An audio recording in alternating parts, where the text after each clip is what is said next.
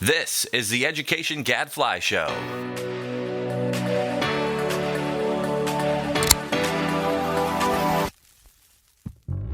Welcome to the Education Gadfly Show. I'm Stephanie Disler, here to kick things off for this week's episode. Today, we're joined by Eric Tucker, President and CEO of the Study Group, to talk about his first place entry on what it will take for the science of reading laws to succeed.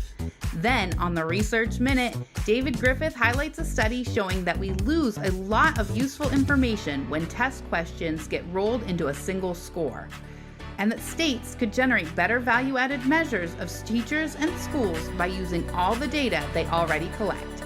All this and more on the Education Gadfly Show, starting now. Hello, this is your host, Mike Petrilli of the Thomas B. Fordham Institute, here at the Education Gadfly Show and online at fordhaminstitute.org.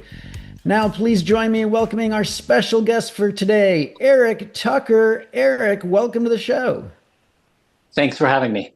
Yeah, also joining us, as always, my co-host, David Griffith. Hey, Mike. Always a pleasure.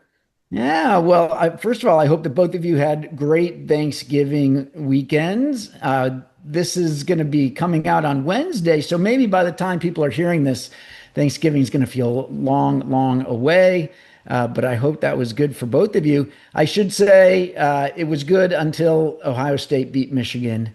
But you know, it was sad for me as a Michigan fan, but you know, it was their turn. We had won 4 games in a row in the big game. So I got to give it to them. We'll do that. Like they get to win every 4 or 5 years, and we win the others. That's something that I can live with. So got to get that in there, David. David loves my sports references. Especially the ones that have to do with the Midwest, Mike. Yes. Well, you're right, David. It does have to do with the Midwest. I like to remind people of my roots and Fordham's roots in the Midwest. Well, Eric, we are super excited to have you here today. Eric is the CEO and president of the Study Group, but perhaps most importantly, he and his co-author, Edmund W. Gordon, won this year's Wonkathon. Congratulations, Eric. Thank you. I thought most importantly was being a part of the inaugural class of the Emerging Education Policy Scholars. Okay. Well, that's those many years ago. And that is, man, we're going way in the Wayback Machine with that one. So I love it. But look, the Wonkathon this year was crazy. We do this every year. I think it's something like 10th or 11th time we've done this. And usually we get, 8, 10, 12 submissions. This time, 48 posts, really good ones, meaty ones that people must have spent days and days and days working on, all around the topic of what do we need to do to get the implementation of the science of reading right. And I take the fact that there was such an overwhelming response to mean that people really care about this topic. And at least, unlike in some other reforms, there's a huge awareness that implementation is where it matters. Right now, the challenge is, how do we go from that recognition to actually doing something about it, acting like it matters, doing the hard work? And in this post that won you the Wonkathon, you and your co-author, Edmund W. Gordon, who, by the way, I hope it's okay for me to point out, is 104 years old. Incredible, Dr. Gordon, so incredible. That this post that you wrote dug into the issue of assessments and how we need to make sure those are synced up with science of reading implementation. So let's talk about all of that in Ed Reform Update.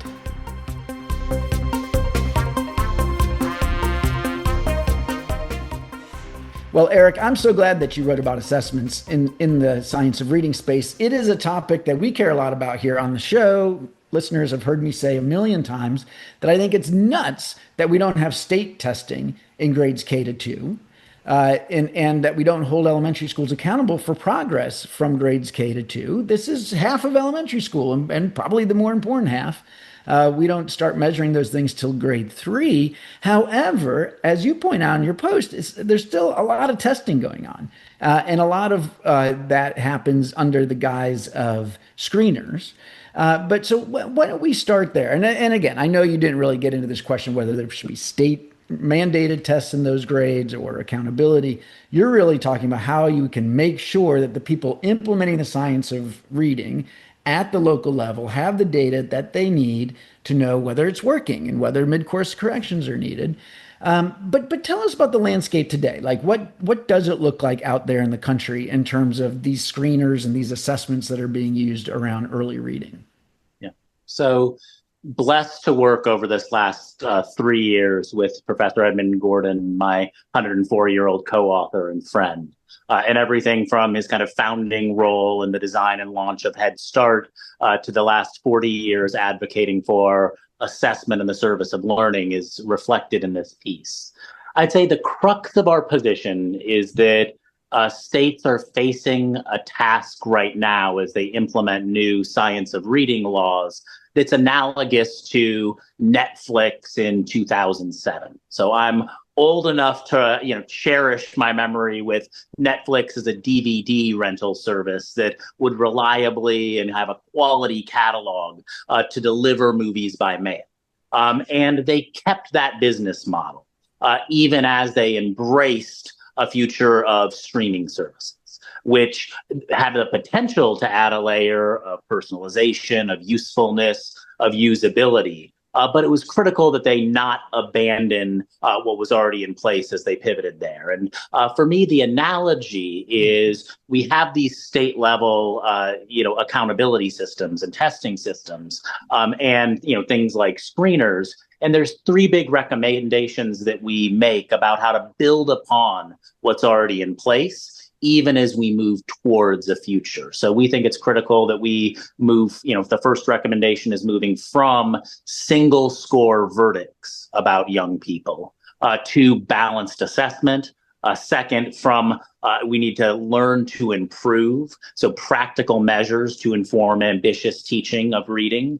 And third, embracing that every reader learns to learn differently, and that there's a lot of variation, and that customization powered by safe artificial intelligence has a potential. So really, building upon grade level reading expectations, state exams, and approaches grounded in the science of reading towards systems with the capacity to inform and enhance teaching and learning. Mm-hmm. Building upon quality screeners for grades K through 3 and robust professional development systems towards instructionally useful assessment and practical measurement that's oriented towards improving reading across pre-K-8, so a wider grade band, and building upon some of the stuff we know about personalization, like multi-tiered systems of support and universal design for learning, towards how we might do person-specific interventions with AI. So, Eric, but help me understand, because look, I'll be honest, when I hear about screeners, I just feel like this is something the science of reading world knows a lot about. I don't know a lot about it. I mean, what are these tests? Are these state mandated tests? I mean, or are we talking about dibbles? Like, what are we talking about here?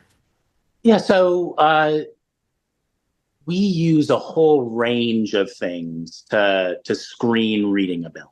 And at a top tier, right, there's a handful of companies, with products like Renaissance Learning or the Curriculum Associates, suite of tools, or the NWA MAP suite of tools. There's kind of a, in most systems, so 80 or so percent of systems around the country, one of a handful of screeners is taken 2 or 3 times, sometimes 4 times a year, in order to take temperature about how things are going.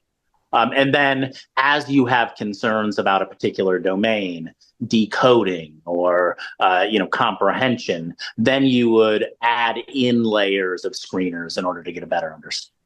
Okay. So, all right, that's fair. So we're talking about MAP, we're talking about iReady, Renaissance Learning. Okay. So basically, which we're familiar with, of course, all the way through elementary school into middle school in many cases, sometimes in high school, which, by the way, really drives me crazy when it happened for my kids, because I didn't seem like they were using it at all by the time you got to high school. But in elementary school, yeah, you want to see, especially on reading, but math too, how kids are doing and make mid-course corrections. All right. So you're saying to on top of that, to make sure that we've got this balanced assessment system, right? And I would assume that you're picking the right companies' products that align with the curriculum that you're trying to teach, right? I mean, there's a lot of talk about we have these lists now that states have developed, oftentimes based on the Ed Reports list of saying these are the approved science of reading programs. You've got to pick one of these reading programs, or else you don't get the state money, or maybe you're breaking the state law. You've got to do these things. But I assume then it's important that these assessments are connected so that everything's coherent. That makes sense? Yeah, that they focus where the high quality instructional material focus, so that your that alignment means that the information is instructionally useful. Okay. And I would add that a lot of times we test in order to get a description of status, but that's kind of a 2001 model, right? Focused on design model, focused on status, with kind of an engine under the hood that's a kind of 80s and 90s psychometrics. And a piece of what we need to move towards is, what is a 2026 model of assessment looks like. And a part of our argument is, in order to be instructionally useful, we need to have insight on learning processes, not just a kind of post-mortem verdict on whether they got there or not. Okay. Right. And when you say status, like, are they proficient or not? Proficient today, not proficient today, or even they're a 213, right? And, if you're an educator, you have a kind of snowstorm of data saying this person is a 17 on this scale and a 243 on this scale. But those aren't particularly actionable insights. Right. You want to get under the hood, like you said. David, what do you think as you read this Wonkathon winning post? Yeah, I just want to make sure I'm getting Eric here. I don't think you're saying necessarily that we need more testing. It sounds like your principal concern is that we use the information differently. Is that fair? Yes, and that what we're asking from these systems is different. So on the more testing question, Scott Marion writes one of the pieces, the chapters that we cite from the Handbook for Assessment in the Service of Learning, which we just published a free, open volume, 90 authors contributed. Scott Marion has this analogy around turning on your high beams of your headlights in a snowstorm, that more information can be blinding. It can be, the glare can decrease the degree to which you actually have actionable insight. But it's something along the lines, because again, our position is let's keep the current system while we upgrade. So we should still, if we're Ford Motor Company, be selling the Ford F-150. But we also, in leaning into the Ford F-150 Lightning, there's a set of features. In that case, it's electric. There's added navigation and sensors and kind of moving towards self-driven cars. I'm kind of silent on the question about whether the feature that will matter the most is, new battery technology or kind of self-driving, car technology for the upgrades. But there is this way in which moving towards 2026, when we're talking about implementation for the future, we can't be resting on design principles that made sense 25 years ago. We need to be kind of looking at what enhancements will be more useful and usable. Will produce information that's more useful and usable for educators, for learners themselves, and for those managing systems and parents who are making choices about systems. Okay, so what is the weak link? I mean, when you're looking at, presumably you say there's this snowstorm of data, right? Is it that the sort of principals or districts or test companies are not packaging it in a way that teachers can use, or is it that teachers themselves don't? The information is there, but they just don't know what to do with it. Which of those is sort of closer to your position, I guess? Yeah. So current science of reading, including kind of state testing approaches in the assessment domain, have some advantages, right? The focus on high standards and high expectation, on transparency for families, on data disaggregation by subgroups. Those systems have intentions which are important, but they've fallen short on the potential to make teaching better and to drive better decision making for learners. And so here it's emphatically what we're saying isn't that teachers have useful information, but they're not using it. We're functionally saying that instructionally useful assessment is a different thing than we set out to create in 2001. And in order to get to instructionally useful assessment, we need to measure what matters most, not just what's easy to measure. We need to leverage emerging technologies so we have richer and more useful insights. And we need to prioritize solutions that are optimized for being useful and usable for educators and learners. All right. We will need to leave it there, but very well said, Eric. Again, Eric Tucker, CEO and president of the study group. You should check out his and Edmund Gordon's Wonkathon winning post. It's called Science of Reading 2.0, Assessment in the Service of Learning as the Backbone of Science-Powered Reading Improvement. And if you are hungry for more, I have good news for you people, because on December 4th at 3 p.m., we are going to have a webinar talking all about the Wonkathon and the science of reading. It says implementation is where it's at. What's next for the science of reading? Again, December 4th at 3 p.m. Eastern Time. Check it out on the Fordham Institute website. Eric will be a part of that, which we are so excited about. Eric, thanks so much for joining us. Go Blue. Go Blue. All right. Now it's time for everyone's favorite, David's Research Minute.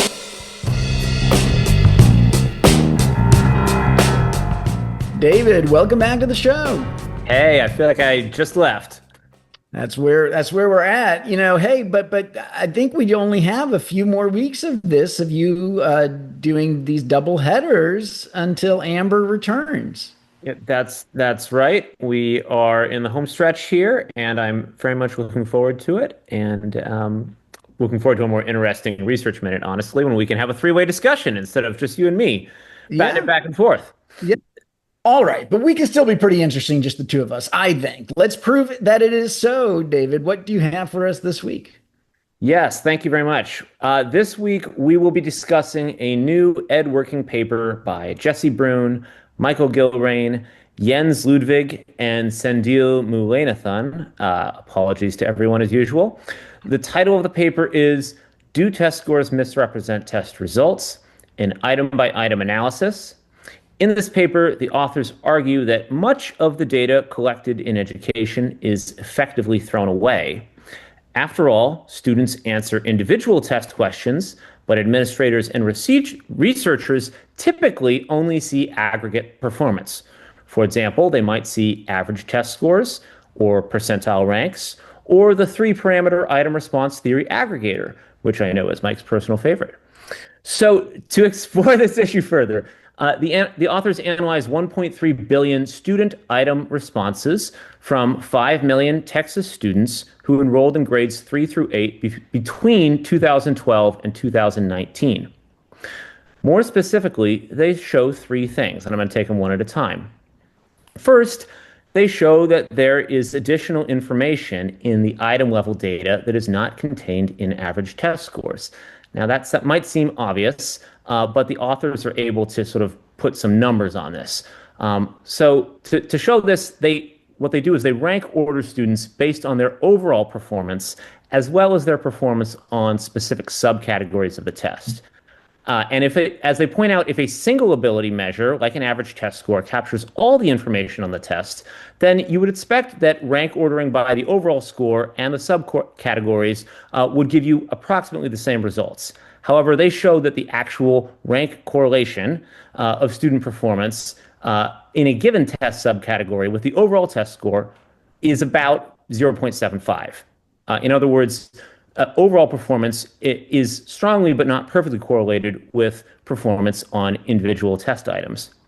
They didn't do something similar with teachers. They rank teachers based on their value added on an aggregate achieve measure, and then they show that they compare that ranking to teachers' rankings of value added on individual test items. And they show that for this, for teachers, the average rank correlation of these individual items is just 0.66. In other words, value added to average test scores is not at all perfectly correlated with value added to individual test items. Okay, so far so good. But this is where it gets interesting. The second thing that the authors show is that this additional information is actually pretty relevant for the student outcomes that education decision makers seek to optimize. And this is kind of their key insight, is that many of the things that we are trying to do as education reformers are boil down to predictions.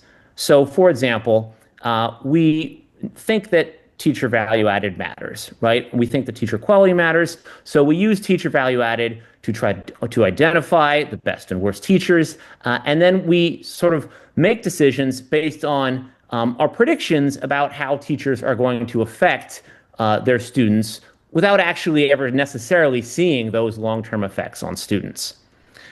So the authors dig into this and show that if you look at the sort of individual test items, that item level data could help us better identify teachers and other inputs that can help students. For example, they demonstrate that the item level data can help us better identify the teachers who are predicted to be in the bottom 5% of the value added distribution in terms of predicted future outcomes for their students. More specifically, they show that value-added measures based on aggregate data disagree with the more powerful item-level predictions about half the time when it comes to class failure, disciplinary infractions, high school graduation, and college attendance. In other words, an aggregator like a test score average is not actually the best way of predicting these outcomes. That brings us to their third insight, which is that information that comes from specific item level responses can be made practically useful for schools. Again, they point out many education decisions hinge on predictions about future student outcomes, and these decisions often involve assigning students, teachers, schools, or even entire school systems to some intervention based on some rank ordering of the expected outcome of interest. And the authors argue that anything that was able to systematically improve that prediction process would be worth doing. This brings us to one final methodological challenge that they highlight, which is that the items on a given test change from year to year. So if you want to create a predictor based on historical test data, you have to connect the questions from past exams to new unseen questions. So to do this, the authors offer what they call a proof of concept implementation of their idea. They basically batch the items on the tests based on how teachers' ability to boost student performance on those items. So, for example, if several items move together, that would be evidence that they are capturing some underlying construct that maybe means they should be batched together. And finally, using this process, they show that identifying the bottom 5% of teachers in the distribution of graduation value added based on aggregate test scores is less effective than using these item level categories. And more specifically, they show that they can boost the impact of the policy on student outcomes by 21% if they use this additional information to better identify high and low value added teachers. So, what does it all mean? The authors argue that given how inexpensive it is to store, transmit, and analyze these sort of additional item-level data, large gains could be had in education by simply using all the data that we already collect more effectively. Woo! As soon as they also figure out how the heck to explain this to any human, maybe they're writing for the AIs. Hey, good job, David, but man, this is complicated. And I'm trying to understand it. I mean, in some ways, it sounds like bad news, which is that our value-added estimates of teachers' impacts on kids is not as predictive as we hoped they were, right? And that, especially if you compare sort of test score value added to these longer-term outcomes like graduation and things like that, but that we can make them better by using more of these data, which we have which is technologically feasible. Yes, I don't think it's so much that our current value-added measures aren't as good as we think they are. It's simply that we are leaving information on the table, right? I mean, this fundamental intuition, I think, is pretty well, it's intuitive, right? If you take a whole bunch of test scores and you just collapse it down into a single average, right? Like you got a 93 instead of getting all this information about which specific items you did well on, you're throwing away a lot of information. And what the authors are basically saying is, if we kept that information and smart, eggheads did a little bit more work, they could use that information to make teacher value added better, to make school value added better, basically to make any form of test-based prediction more effective. No, and this is where it gets really important. I mean, the way you were describing it kept making it sound like this could have a big impact. And I kept thinking to myself, yeah, if we actually ever use teacher value added data anymore, but I'm not sure, it's rare that we do because teacher evaluation crashed and burned and politically is challenging. On the other hand, I would say school value added is still something we do pay a lot of attention to in at least a bunch of states that have some kind of grade for progress over time, like in Ohio, where we've got the SAS value added data metric, which is kind of a black box. We don't really know what happens inside of that box. But if we can make that better, and more precise, then it would be important because, for example, in Ohio, we reward charter schools that are making a lot of progress, and we want to make sure we are rewarding the right schools.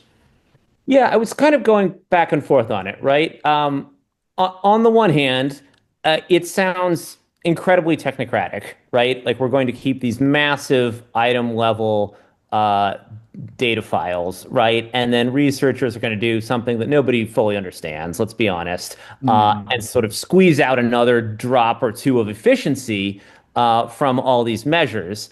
It's hard to get too excited about that. But on the other hand, they make the point that, we're spending millions and millions of dollars already, billions probably, to take these tests, right? And we do it every year. And there's something a little bit crazy about just taking the data and just chucking it out the window, chucking, more than half of it out the window in an era when we, I said 1.3 billion responses. That's nothing to an AI, right? This is not, it's not actually it doesn't cost that much, at least to just keep these data on file and, make them available to researchers. That seems doable to me. Yeah. I guess I think there's also a sort of lurking question here about which outcomes we care about, and I probably didn't do a good enough job of explaining the study to get at this. But I guess the benefit of saying math value added or ELA value added to average test scores is that everybody it knows what you're talking about, right? And you can kind of say, well, it's good if you boost, value added to reading or value added to math without saying exactly how it correlates to your particular favorite outcome. I think that if we're going to move beyond that, right, and we're going to say, all right, we're going to break it down and we're going to try to get more granular so that we can do a better job of boosting these outcomes that we care about, it raises the question of exactly which outcomes we care about, right? And it requires a level of consensus about what it is we're trying to accomplish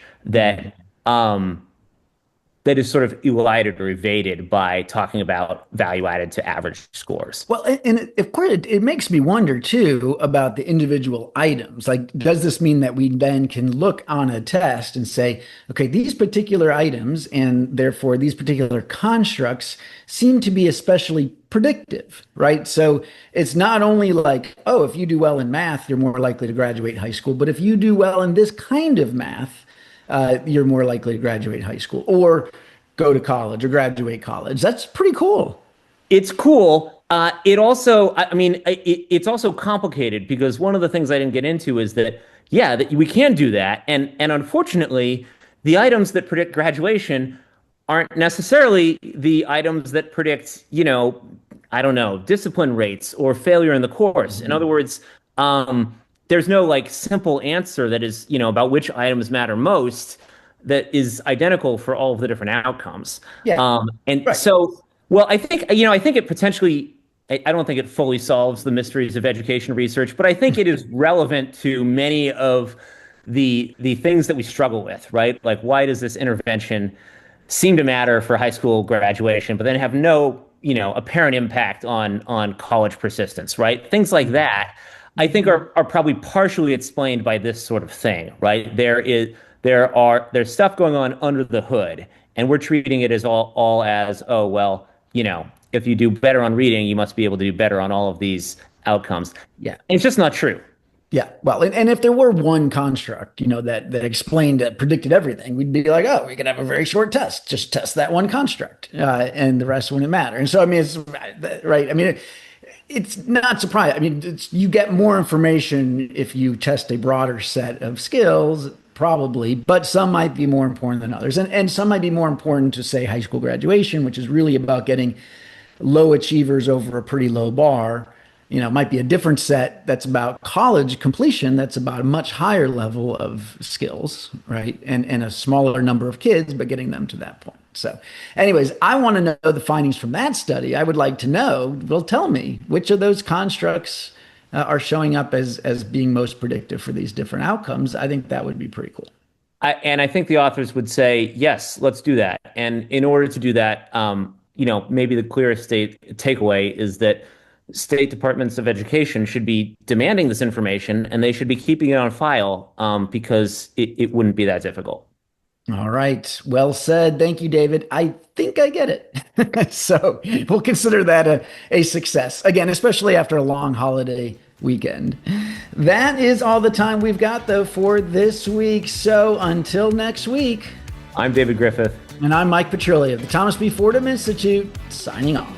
The Education Gadfly Show is a production of the Thomas B. Fordham Institute, located in Washington, D.C. For more information, visit us online at fordhaminstitute.org.